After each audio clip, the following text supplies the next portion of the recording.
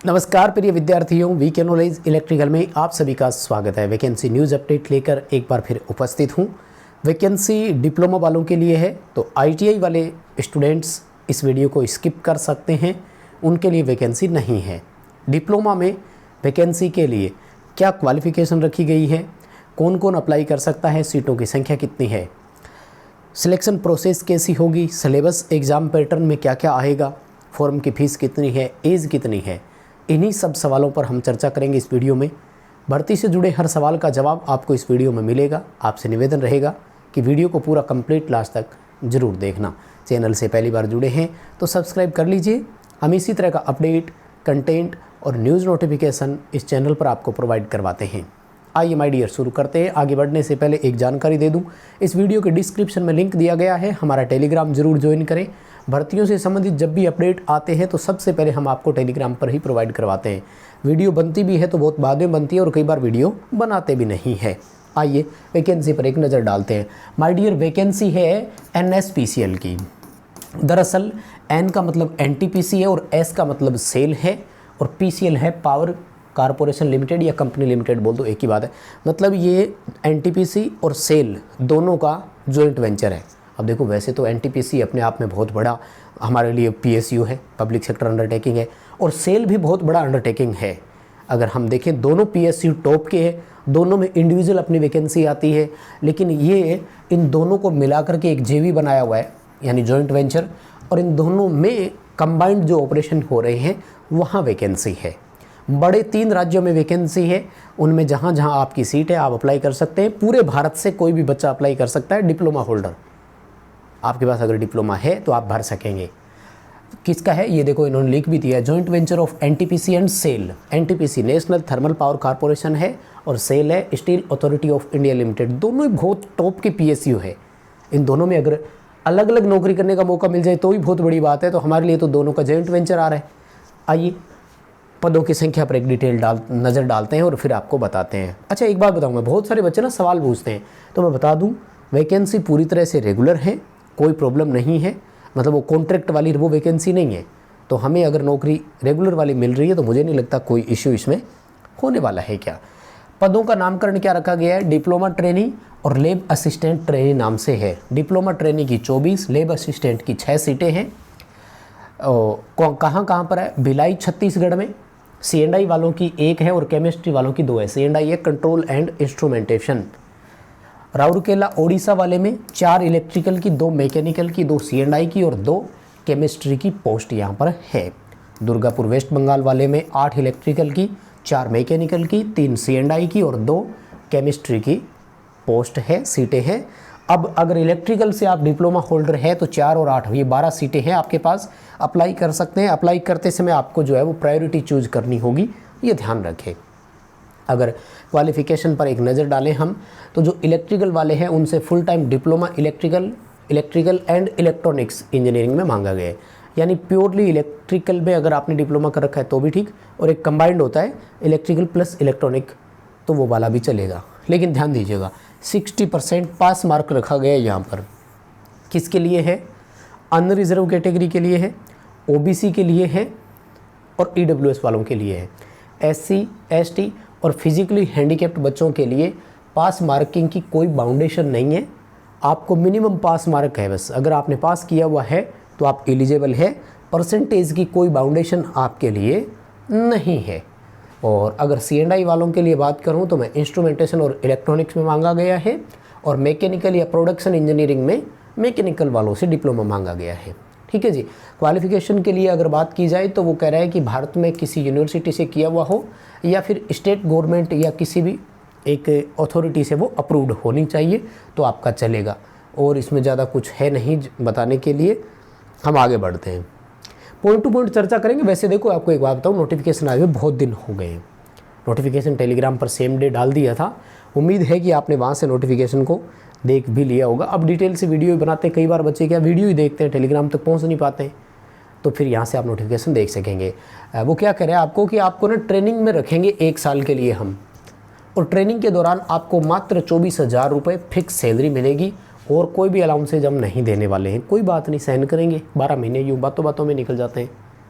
सोचते हैं ना कि यार 2 साल का जैसे राजस्थान में प्रोबेशन पीरियड होता है, तो यार 2 साल कैसे निकलेंगे, लेकिन पता नहीं लगता जब नौकरी करते हो ना तो 2 साल यूँ ही निकल जाते हैं और रेगुलर होते हो।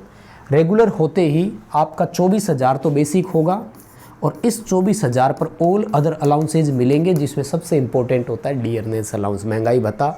अभी ये भारत में 50% महंगाई भत्ता है। आपके सिलेक्शन होते होते ये जुलाई वाला और बढ़ जाएगा, तो है ना 53-54% हो ही जाएगा और अदर अलाउंसेज भी मिलेंगे। तो ये जो आपकी सैलरी है ये कैश इन हैंड आपकी लगभग 33-34 हज़ार रुपये के आसपास हो जाएगी।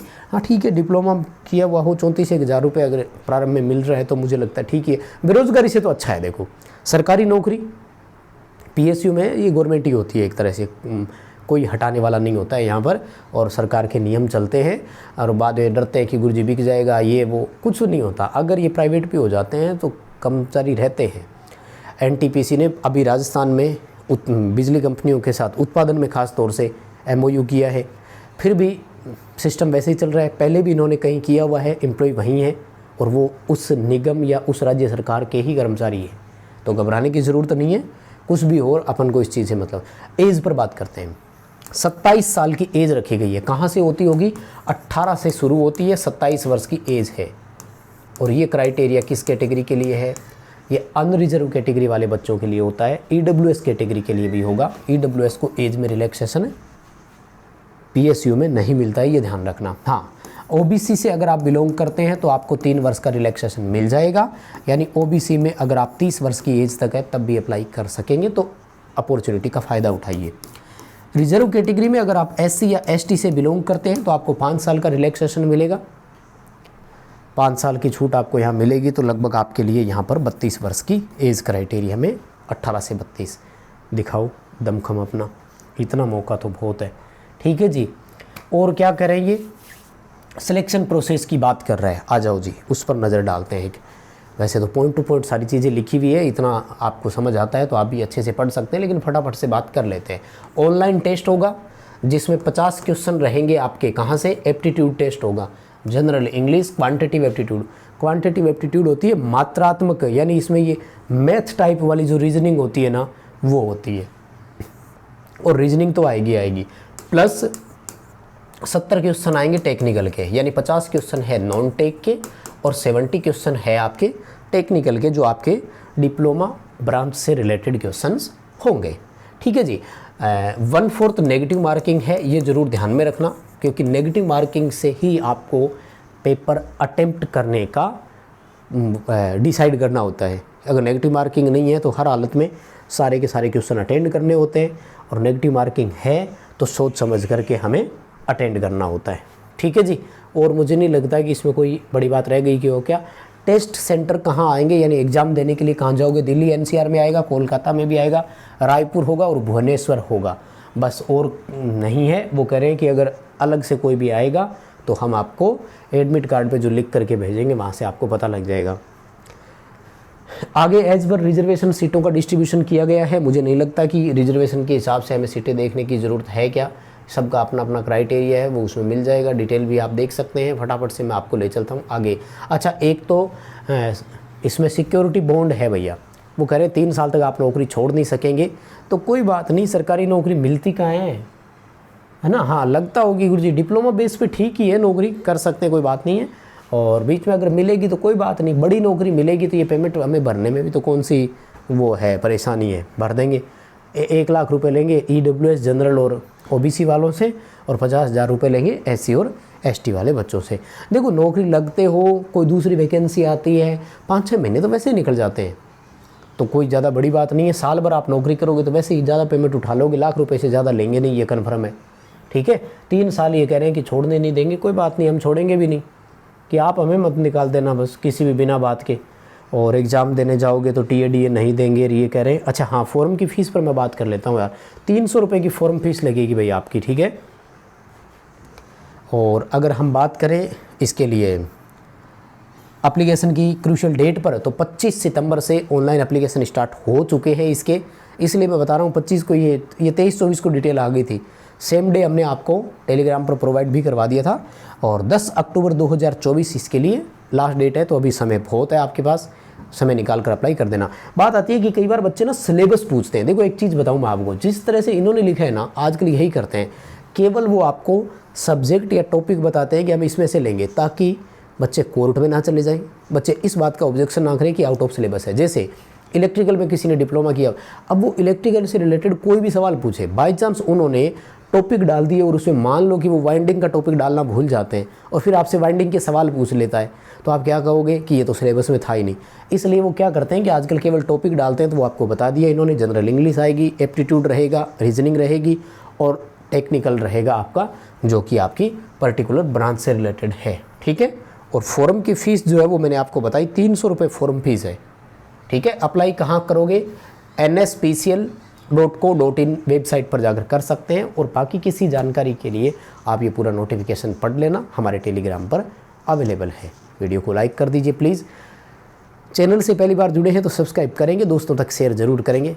बहुत धन्यवाद।